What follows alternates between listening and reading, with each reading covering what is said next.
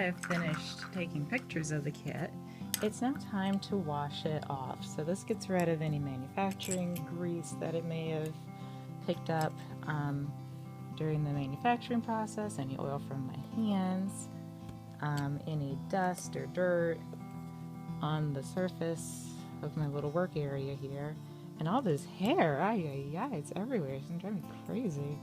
I just finished rooting like 4 dolls, and there's literally hair everywhere. It's making me nuts. I think when I really expand my operation, I will keep the rooting in a separate room.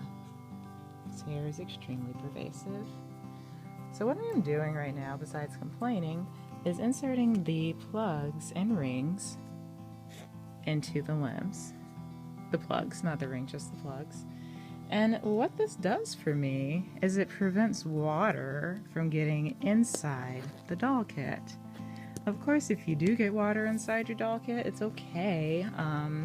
If you're using the heat set paint, you will certainly bake it out eventually. But the whole time you're painting, it's going to be like peeing into your lap. It's disgusting. So it takes a really long time to bake the water out. So I try to prevent the water from getting in there in the first place. Before we start painting, we want to make sure that we've removed all the dust and dirt and oil and other nasty things from the doll. So we're going to clean it up. In order to do this, you're going to need a clean basin or a sink, access to running water, dish detergent, something that's good at cutting grease. This is Dawn. Rubbing alcohol. I use a very high concentration rubbing alcohol. You don't have to though, it doesn't really matter. Cotton rounds. A clean sponge. And a clean toothbrush. And by clean, I don't mean you rinsed it off since last time you used it. I mean it's never been used. Child's brushes or soft bristle brushes are preferred. And this one was provided to me courtesy of Cool Smiles Dentistry. I'm going to start with the limbs. So I'm just basically going to make a warm bath of soapy water. Not too soapy, just going to get it all out, rinsed out. Okay. We'll get a soapy sponge. And I'm simply just going to wash the leg off.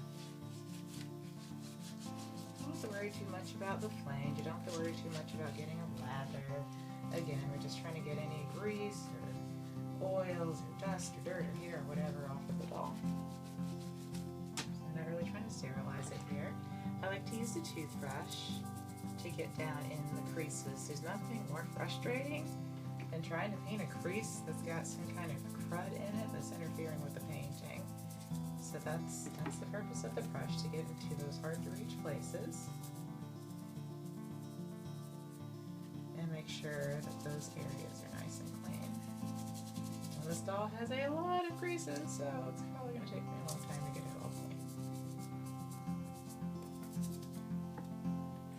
I'm going to rinse it thoroughly.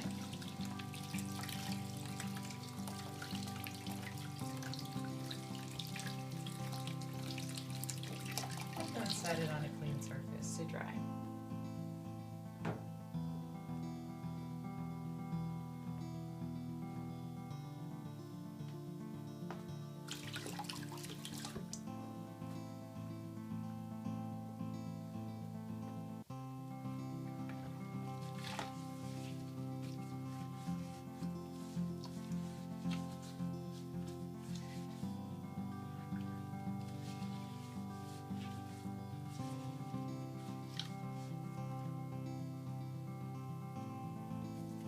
The next step is optional, so I have these parts that have been sitting for a little while. They're not perfectly dry, but I'm going to wipe them down with alcohol to further remove any residual soap or grease or whatever.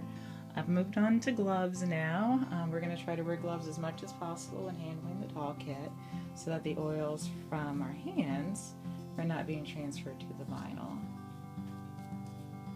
So I just put the alcohol in the cotton round, and I'm just very generously rubbing it down and not worrying too much about trying to get down in those creases, because that's kind of impossible with the tool that I'm using.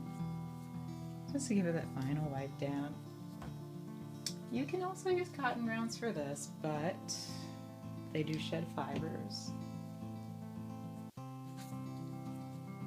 you want to be aware of that. Make sure you dust them off when you're done.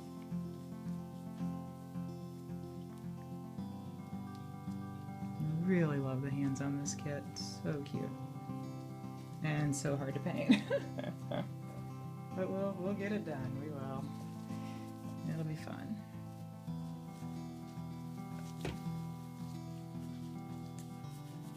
Be careful and be cognizant of the label on your alcohol bottle, depending on what it's made out of.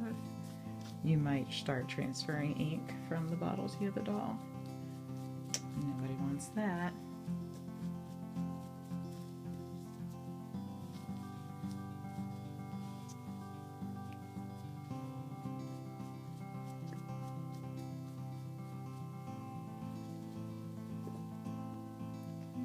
Back plate, the belly plate. The belly plates and back plates are really nice to work with because they're such large flat areas. So it makes your painting easier, it makes your cleaning easier, there's just fewer nooks and crannies to fight with. And I often will paint a little bit on the inside of the neck rings just so it's more continuous the rest of the doll, so I want to make sure I clean that back side some too.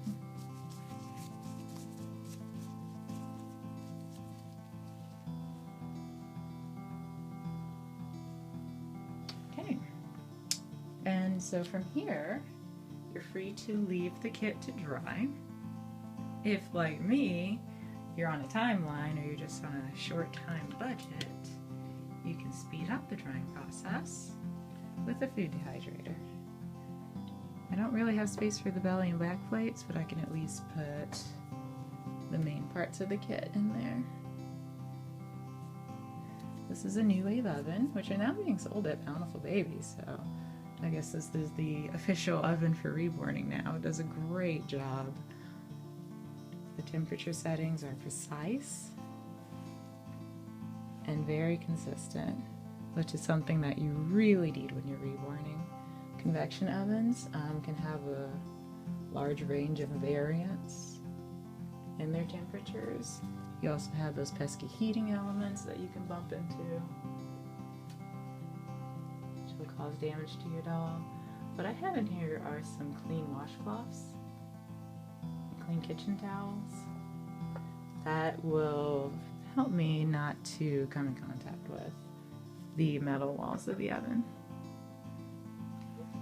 So this isn't a curing layer, it's just a drying layer, so it's okay if pieces are kind of touching each other. But in general, I want to put them in neatly and perfectly so that they're not touching each other or any part of the oven. I like to use the 10% power setting.